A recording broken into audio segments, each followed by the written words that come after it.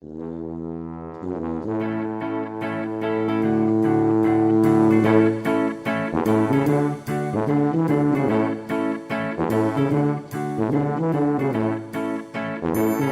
everybody, welcome to the Double Stuff Podcast. We are double the hosts, double the topics, and double the fun. I'm Sarah.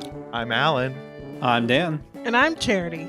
And today we are revisiting another episode from Season 1. We're going to be talking about fairy tales and folklore. And this particular episode was titled Vegan Witch Footwear, Size 6. And I know. I love our titles don't make any sense until you listen to the episode. Yeah, you got to listen to the episode. That's the fun part about it, is that it has, some of it seemingly has nothing to do with the topic, or some is just completely left field, but this one is kind of funny.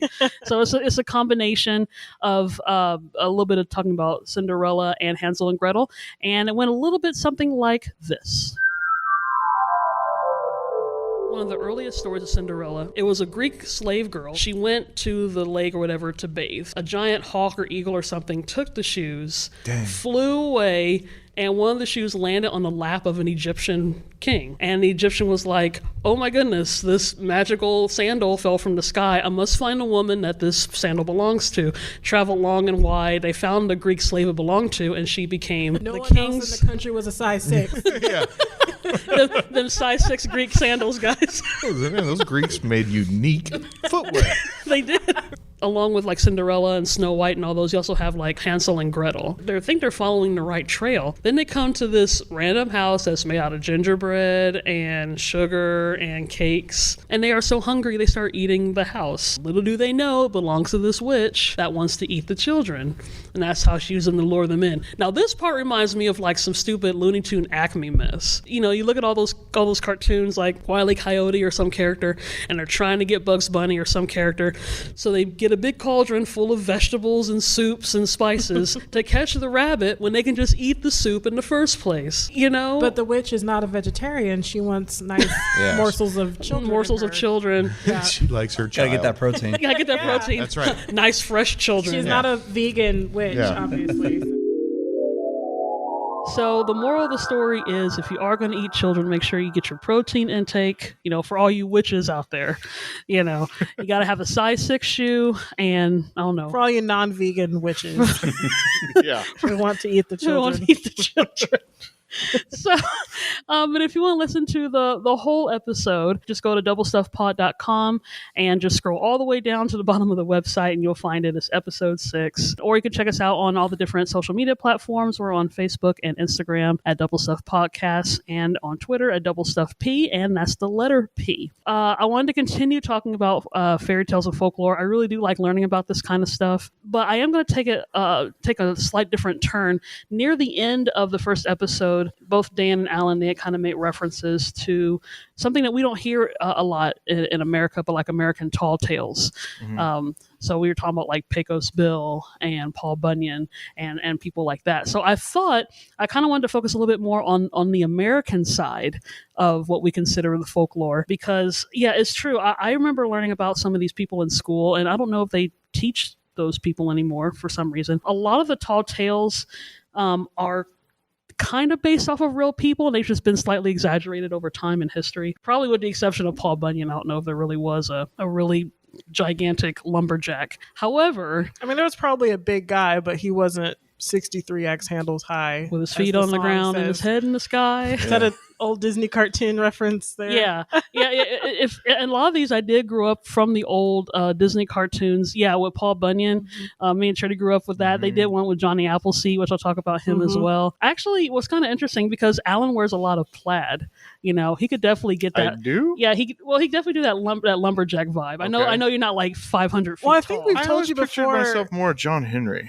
We've mentioned before you look like the brawny paper towels you guy. consider yourself a black guy that used to drive stakes through the railroad. I love that story. And I was always amazed when John Henry had to go against the locomotive, and just the anguish once he got to the mountain, and they're like, all of a sudden the driver like shifted and all of a sudden started punching through the mountain, and then he realized, oh no, now I got to dig through this mountain too. I was always more impressed with John Henry than Paul Bunyan.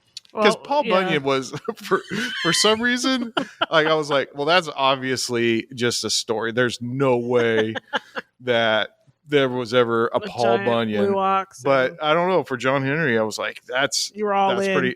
pretty awesome. Well, I think John Henry was partially based off of a real person. Of course, yeah. It's a tall tale. But a tall tale, yeah. Mhm. I mean, it's, spoiler alert. He worked so hard to try to beat that locomotive that, I mean, he finished the job, but he didn't make it in the finished process. himself. He finished himself. Old John Henry. But he died a freed man. That's usually what happens That's when right. you die. Yeah, that's right. So Wow, that just kept sinking that lower went and down, lower. didn't it? Thanks a lot, Alan. Okay. Well, Oops. no, it's okay. No. Well, I mean, at least you're introducing characters, which helps. But these are characters I used to remember learning about when I was like first, second, third grade. Yeah, you said I wear a lot of plaid. You do wear a lot of plaid. I hijacked it. Yeah, Okay. I was trying to give hijack. Hijack has nothing to do with lumberjack. I was gonna say hijacks with an X, but Okay. that didn't work as well as what I thought. So I was gonna make a joke, but I'm not going to now. Okay. So, but like other people that are partially based off of real people and that we've kind of over exaggerated their story. Another one is Molly Pitcher, which I remember learning about her in school. And I don't remember a Molly Pitcher. I have never heard of this. well, with her, she Are you was making something up. This is right a tall now? tales. This is Sarah's tall tales. This is all in my mind, guys. I got one too about Tommy Smitherton cricket. Or Crockett, Tommy Crockett. Smitherton Crockett. Yeah, that's right. That was an ancestor of Tommy Smitherton. Oh That's my right. Tommy Smitherton Crockett. Oh, geez. Okay. Actually, Let's go back to Molly Pitcher. Yeah, maybe later on in the podcast, because in last week's episode we were talking about the beginnings of Tommy Smitherton. We could make him, Give him his whole yeah, Give an we'll origin give story. him some legendary folklore. So stay tuned if we ever get to that point. But Molly Pitcher was a woman. It was during the American Revolutionary War, and she was one of the few women. She actually went to war with her husband, and he was one of the people that worked the cannons. They would put the ammunition in the cannon, and I'm trying to remember what it's called. Those rods where you stuff it in the cannon and you would explode it. Ramrod. Thank you. I learned a word today. But unfortunately, while he was doing that, he got killed, and so she took his place, and so she did that, and she also went by Molly Pitcher because she was one of the people that had like water, and she would give the water to the soldiers, and then she ended up becoming a hero. So she's a real person, or this is a tall tale? It could be. It's become a tall tale because of I think they've exaggerated the heroism of it, but it could be based off of three different women in that time period who that could have happened to, and they both. Sorry, not both. All three of them have a similar story. So the whole thing about as to who it is, it's a little bit of a gray area, but it's really similar. One of them actually went by Captain Molly, so that's what I'm thinking. It could have been her. So one was like Mary Ludwig Hayes and Margaret Corbin. I think it was one of those two women that could have taken that name Molly. So that's the other thing is that if it is based off a real person, there's multiple people. It could have been based off of. Another one which I kind of like is learning about Johnny Appleseed. Before I go to that, I was just curious, before I start giving out a lot of names and stuff, did you guys grow up listening to or hearing a lot about that, like in elementary school? I never heard of Molly Pitcher ever.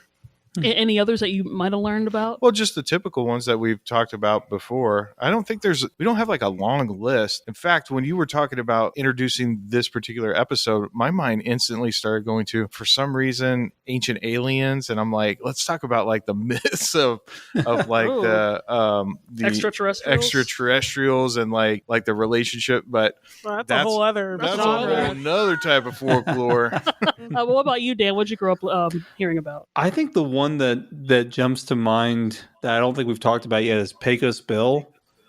I think he's the one that like would rope tornadoes and like ride them. But I'm pretty certain it comes to mind because of we may have talked about this briefly in the last episode, but the old, I think it was like a 95 movie called Tall Tale, and it had like a huge cast in it. I mean, it had like Patrick Swayze and Nick Stahl and Scott Glenn and Stephen Lang and all sorts of people, but it was about Pecos Bill, Paul Bunyan, John Henry, like all these different tall tale people. So I think I don't remember learning about it, but I remember that movie in particular. I don't think I've heard of that film before. I actually, to be honest with folk, I don't think I've actually ever heard of movies or people portraying them in films, at least not to my knowledge. Because usually, at least from a non-American standpoint, whenever we think of that, we think of just the typical what we consider fairy tale. So it's all Cinderella and Snow White and all those. But I've never really had like, oh, there goes my old Disney buddy Pecos Bill. I think you do associate it with Disney because most kids grow up with Disney movies, and so you go to the princesses first. That's true. I guess if that's the case, whenever that day comes when they run out of princess movies, they could start. They won't run out. They'll just redo live action versions and cartoons. They have been, and they've been really good. Have you guys been watching which ones? Just the live remakes, like the Cinderella, the Beauty I didn't like Beast. Cinderella. Beauty and the Beast was okay. It was a bit long though. And then the recent one was Mulan. I still haven't seen. I did like Mulan. Yeah. I liked the Aladdin one actually. I never saw that one either. Was it good? I liked it. I mean, Will Smith taking a lot of heat for it, but he's trying to. Everybody's comparing him to Robin Williams. Well, yeah, you can't do that. Yeah, which I think he did a good job of not trying to just be a Robin Williams copycat. He kind of made it his own, but still like paid reference to some of the genie type stuff. That's really off topic, but I like Aladdin. Okay. Yeah. And I don't know. I have some issues with some of those just because I think when it comes to there's obviously a big difference between cartoons and real life. And some things only work in the animated world. Well, there's a lot of differences in the cartoons versus the real story. Because some of those stories aren't so nice, but Disney put their happy ever after ending on it. Yeah. So it made it nice for kids. I guess the reason I don't have a problem with them in particular is that they're not replacing the original cartoons or anything like that. I mean, if you enjoy the cartoon more, you can still watch the cartoon. If you like the live action one, you still can. So I never have any problem with them trying new things like that. Stand alone. Mm-hmm. And maybe they will. I just figure that there's so many great stories to tell. So let's tell some new stories. But that's. I have about 15 soapboxes behind me that I could step on and talk about that. Yeah, we don't have that long of a podcast. Whatever. We have a few hours, right? Mm-hmm. Well, but you make a good point, which is all of us have been listening to the same story over and over and over again because we like it.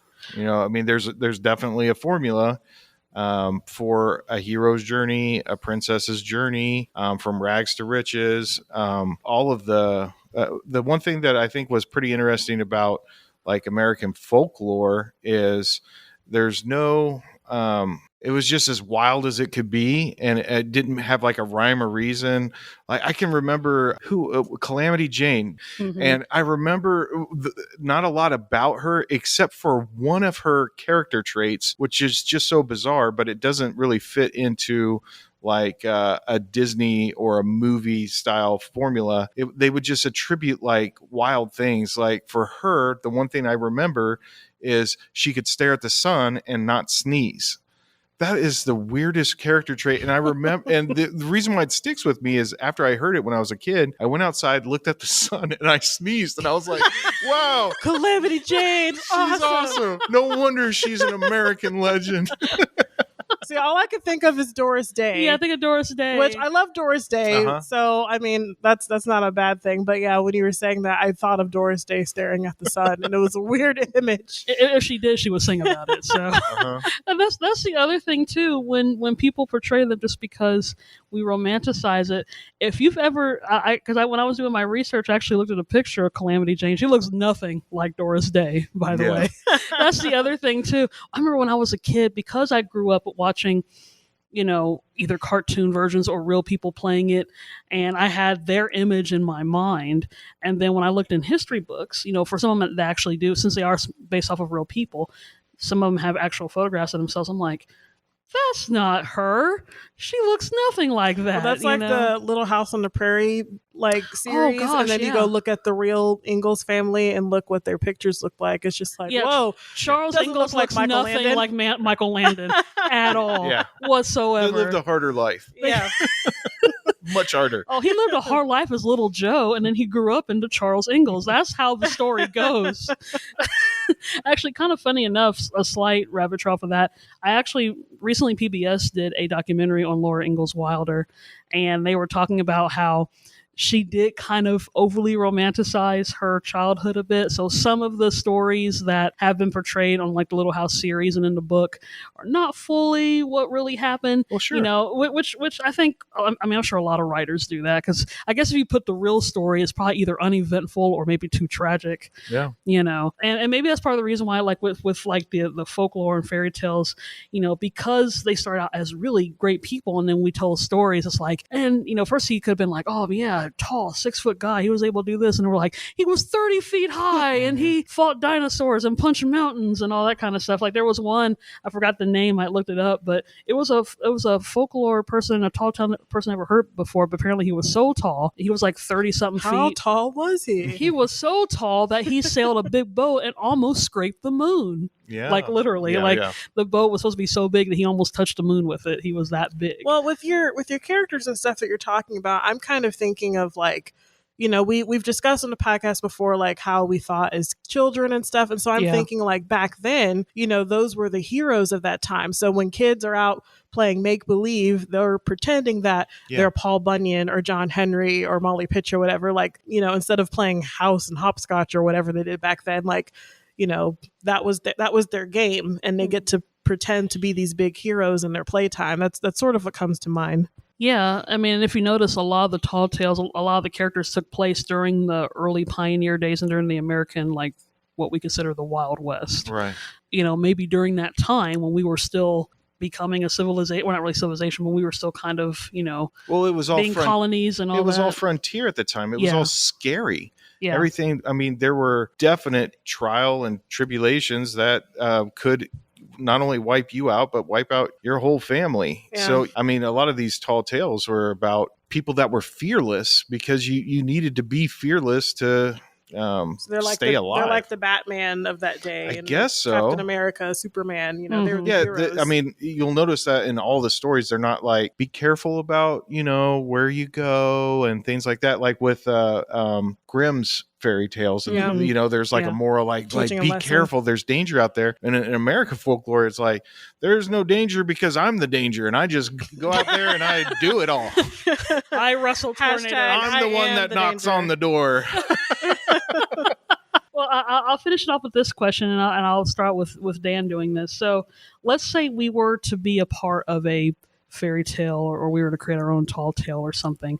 Like, if we were to describe ourselves as some kind of larger than life character, you know, what would we be, or what kind of personality? So I'll start off with the legend that we all know as Just Dan. Go ahead, Dan. I don't even know how to begin there. Yeah, you kind of put on the spot. I have no idea what you would. Yeah. I'm going to go the opposite way. I'm going to go the opposite way. Smaller than life. I'm like Fievel. Yeah. Aww. There you go. That's right. So we come to America. Where? There. That's true. That's definitely Dan. He definitely had that falsetto voice.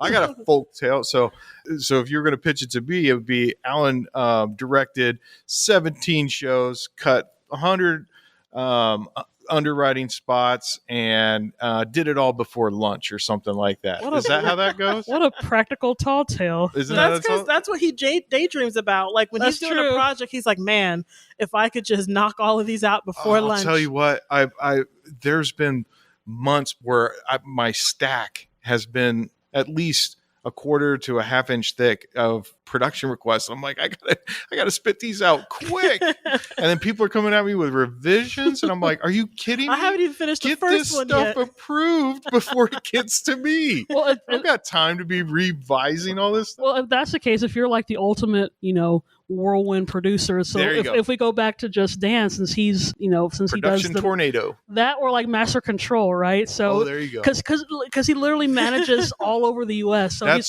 true. He's like, I control all states by the push of a button of my little wriggly finger. He's got 50 screens. Each of them is a state here in America. Oh yeah. So your screens are actually different eyes. You have like 50 different eyes, and you look them all at the same time. You can control the television. That's almost kind of sci-fi-ish, actually. Yeah, that's pretty cool. That's kind of scary. I don't know if I want Dan controlling me.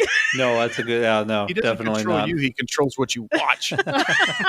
I don't know. It might turn to that. You know, that actually reminds me a lot of. If anybody's ever read American Gods, that actually reminds me of the character Media from American Gods. It's just a reference for anybody out there who's read that one. What about you, Charity? Your whirlwind of a tall tale character. I don't know if this is like a tall tale, but like I sort of just want to be in charge of everything. Like if anyone no, don't laugh at my dream. All I want to be.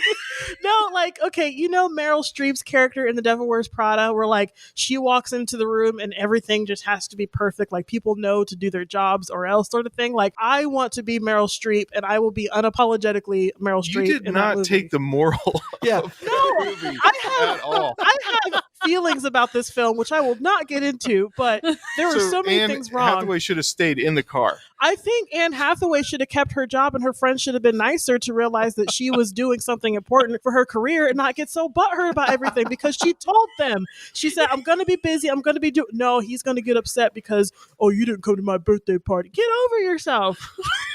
Okay. All right, I think we need to rewatch Devil Wears Prada. I probably messed up some of those things. But anyway, long story short, I want to be Meryl Streep. Okay. That reminds me so much. That reminds me so much of The Office when Steve Carell's character is watching Devil Wears Prada in parts. So he starts acting like Meryl Streep's character, and then he comes in the next day and he's all ashamed. And Pam's like, "You finished the movie, huh?" And he's like, "Yeah, I'm sorry."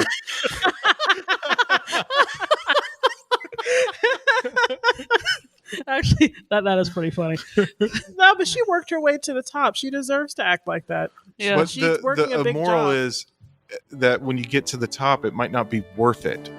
It'll be worth it. Just don't be a actually, that's bad person along the way. We'll actually talk about that in next week's episode. All right. So Devil Wears Prada to be continued. To be continued. No, this was fun. This actually turned out a lot more entertaining than what I thought it was going to be. So thank you guys, and we'll we might revisit this as well as going back to just regular fairy tales. I want to talk about nursery rhymes too once we get to that point. So, but thank you guys for listening. Again, if you want to listen to the full episode of episode 6, just go to doublestuffpod.com, scroll all the way down, find episode 6, listen to it, enjoy it. We're also available on all the podcast platforms, and listen to us on our social media on Facebook and Twitter and Instagram. And have a good week, everybody.